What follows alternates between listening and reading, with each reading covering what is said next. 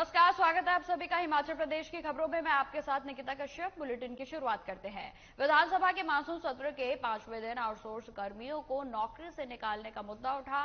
विपक्ष के विधायकों ने सदन में नियम 67 के तहत स्थगन प्रस्ताव लाकर इस पर चर्चा की मांग की, लेकिन विधानसभा अध्यक्ष ने प्रस्ताव को स्वीकार नहीं किया और जिस पर विपक्ष ने सदन में नारेबाजी की और सदन की कार्रवाई से वॉकआउट कर दिया। वहीं आपको बता दें कि विपक्ष की तरफ से कहा गया है कि सुक्खू सरकार के द्वारा आउटसोर्स कर्मियों को हटाया जा रहा है और साथ ही जल शक्ति विभाग व कोरोना काल में लगे अस्पतालों में विभिन्न कर्मियों को हटाया गया है। और इसी के साथ जयराम ठाकुर ने कहा कि कोरोना में स्वास्थ्य कर्मियों ने अपनी जान जोखिम में डालकर सेवाएं दी, लेकिन सुक्खू सरकार ने इन लोगों को 6 महीने से वेतन नहीं दिया। सरकार बेरोजगार युवाओं के साथ खिलवाड़ कर रही है।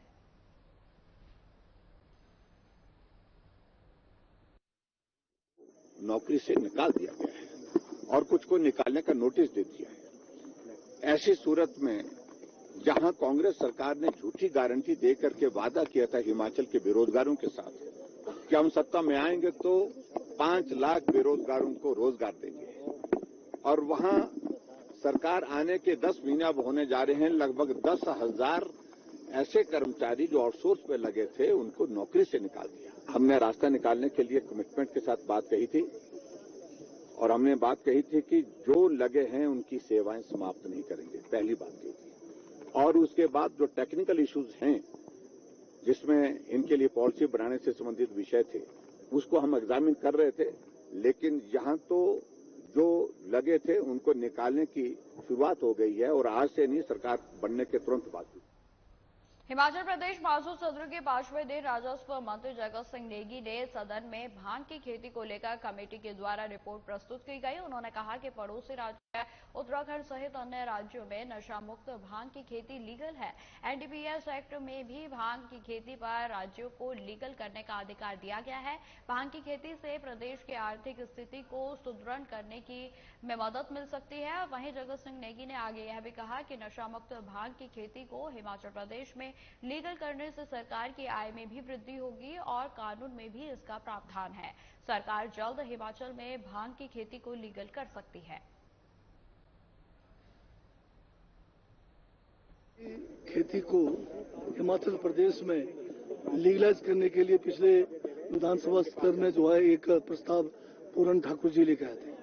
उस प्रस्ताव में पक्ष और विपक्ष ने दोनों ने उस प्रस्ताव का समर्थन किया था और उस समर्थन को देखते हुए माननीय अध्यक्ष महोदय ने जो है सरकार से एक कमेटी इस बारे में गठन करने का जो है सिफारिश की थी और माननीय मुख्यमंत्री ठाकुर सुखविंदर सिंह सुक्खू ने उस सिफारिश को मानकर जो है एक सर्वदलीय कमेटी का गठन किया।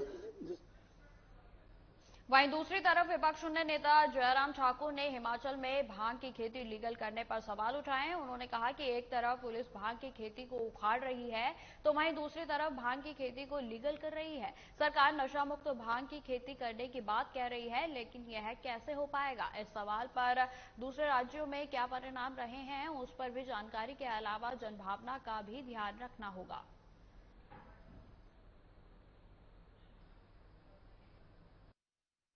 कमेटी ने अपनी रिपोर्ट दी है और उसका थोड़ा अध्ययन करेंगे, उसके बाद ही मुझे लगता कि उचित कहना होगा।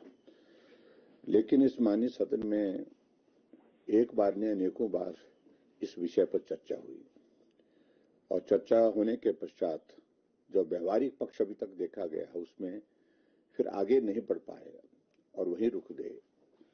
उसकी वजह यही है कि प्रदेश में एक बहुत बड़ा वर्ग भी ऐसा भी है जो ये मानता है कि अगर भांग की खेती को हम प्रोत्साहन देंगे तो नशे का प्रचलन नौजवानों में, नई पीढ़ी में और ज्यादा बढ़ेगा। इसलिए मैंने पिछले कल भी विधानसभा के अंदर इस प्रश्न को पूछा। हिमाचल प्रदेश विधानसभा के मानसून सत्र के 5वें दिन आज विपक्ष ने नियम 67 के तहत कोविड काल में आउटसोर्स पर रखे गए कर्मचारियों को निकालने के मुद्दे पर काम रोको प्रस्ताव दिया, जो अस्वीकार कर दिया गया। वहीं आपको बता दें कि इसको लेकर संसदीय कार्य मंत्री हर्षवर्धन चौहान ने कहा कि विपक्ष सदन में झूठे आंकड़े पेश कर रहा है। अगर उन्हें निकालने का ऑर्डर जारी किए गए हैं तो उन्हें विड्रॉ कर दिया। वहीं आपको बता दें कि एक्सटेंशन पर विचार किया जाएगा। वहीं मंत्री ने यह भी कहा कि विपक्ष का आउटसोर्स कर्मियों को सैलरी न देने का आरोप गलत है और कोविड के दौरान आउटसोर्स में रखे गए कर्मचारियों को नौकरी से नहीं निकाला गया है।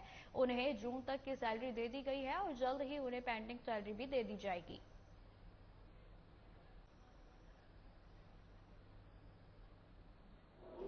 सदन में जो है नियम 67 के तहत काम रोको प्रस्ताव के तहत भारतीय जनता पार्टी के विधायकों ने जो है वो प्रस्ताव दिया है कि जिसमें उन्होंने आरोप लगाया है कि आउटसोर्स के कुछ कर्मचारी विशेष करके जो कोविड के दौरान स्वास्थ्य विभाग में लगाए गए थे उनको बाहर निकाला गया है।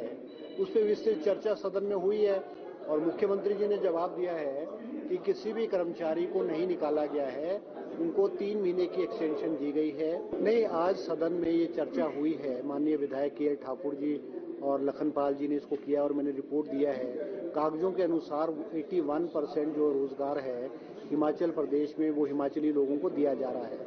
बद्दी बरोटीवाला नालागढ़ में जो ये आंकड़ा है ये कोई 72% पे है, जो कम है। हमारी पॉलिसी के मुताबिक हर उद्योगपति को जिसको हिमाचल सरकार इंसेंटिव देती है उसको 80% रोजगार उद्योगों में देना पड़ता है।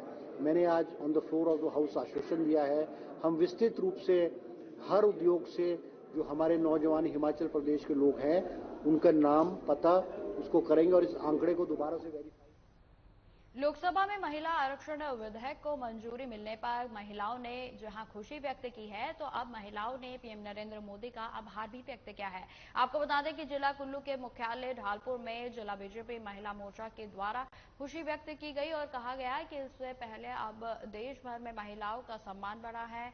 और जिला कुल्लू बीजेपी महिला मोर्चा की अध्यक्ष कमलेश शर्मा ने बताया कि देश की लोकसभा ने नारी शक्ति वंदन विधेयक को मंजूरी दे दी है। इस बिल में सदन के निचले सदन और राज्य विधानसभाओं में 33% सीट महिलाओं के लिए आरक्षित करने का प्रावधान है।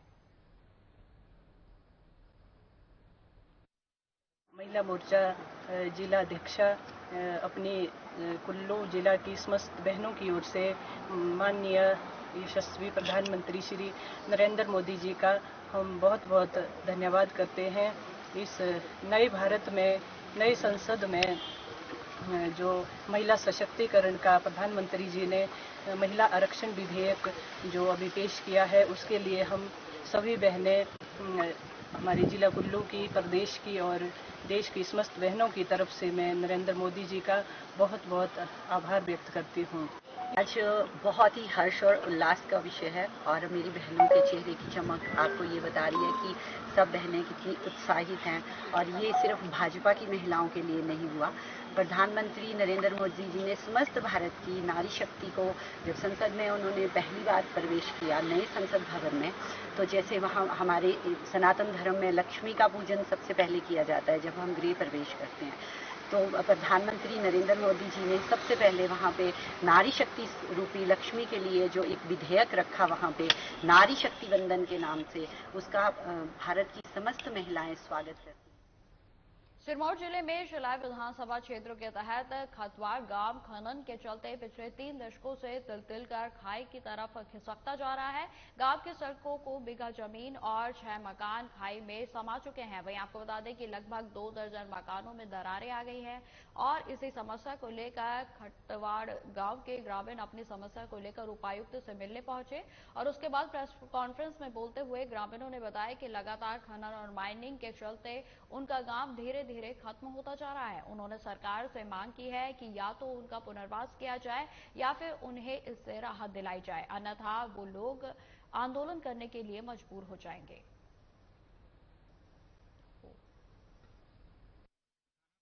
समस्या इस वक्त विकराल रूप धारण करा हुआ है और किस्सा भी देखते हैं कि कोई घर से बेघर थोड़ी हो रहा, तो हम लोग तो घर से बेघर हो रहे इन खदानों से। जो ये 2 खदानें हैं, एक जयसिंह ठाकुर की है, एक बलबीर सुप्पाराम की है। इनसे हमारी ये मांग है तुरंत प्रभाव से जो है खदान का काम डिलीवरी का भी और अंदर जो है कोई काम नहीं होना चाहिए, कोई गतिविधियां नहीं होनी चाहिए। हमें पहले उजड़े हुए परिवारों को जो उजड़ चुके हैं और जो उजड़ने के कगार पे हैं 10, 12, 15 परिवार, उनको दूसरी जगह बसाया जाए। उसके बाद उसके बाद की बातें अति माइन चलाने की, तब क्या कहते हैं। और दूसरी बात, ये जो वर्तमान में नियम है, इस तरह तो हम सारा जो है हमारी कुछ भी वहां बचेगा नहीं 1-2 साल में। तो हमारा ये है कि हमें दूसरी जगह बसाया जाए, सुरक्षित जगह, मूलभूत सुविधाओं के साथ।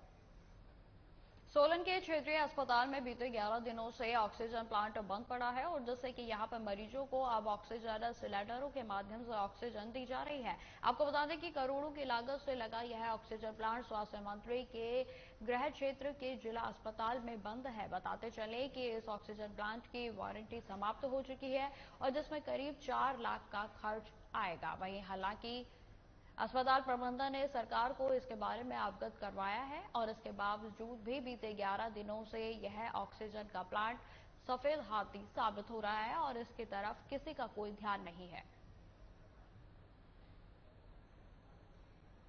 हमारा जो है ना, ये काफी समय हो गया, 1.5 साल से ऊपर हो गया लगे हुए, और बड़े अच्छे से हम इस प्लांट को चला पा रहे थे। गवर्नमेंट से जो डायरेक्शन हमको आती रहती है टाइम से, और गवर्नमेंट से जो फंडिंग आती रहती है, उसके हिसाब से हमने पाइपलाइंस बिछा दी थी हॉस्पिटल में, और प्लांट हमारा बड़ा अच्छे से फंक्शनल कर रहा है। अभी भी कर रहा है, ऐसा नहीं है कि अभी प्लांट काम नहीं कर रहा, पर कुछ दिक्कतें इसमें पेश आई हैं। एक तो ये कि जो हमारे कंप्रेसर्स हैं, 2 कंप्रेसर्स हमारे लगे हुए हैं।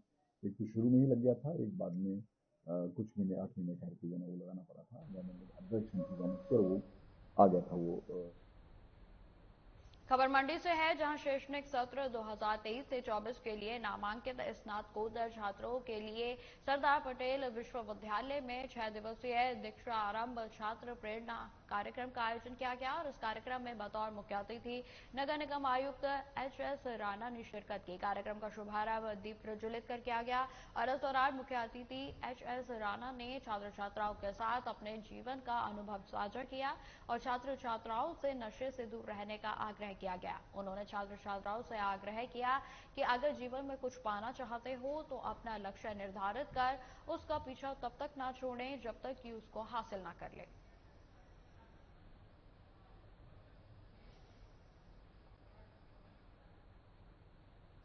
तो आपको बता दें कि मंडी में स्नातकोत्तर में जो छात्र छात्रा हैं उनके लिए 6 दिवसीय कार्यशाला का जो है आयोजन किया गया, जिसमें कि आपको बता दें इसके कार्यक्रम में बच्चों को कई प्रेरणादायक बातें जो हैं वो की गई। वहीं आपको बताते चले कि इस दीक्षांत समारोह में कई अतिथिगणों ने जो है शिरकत की।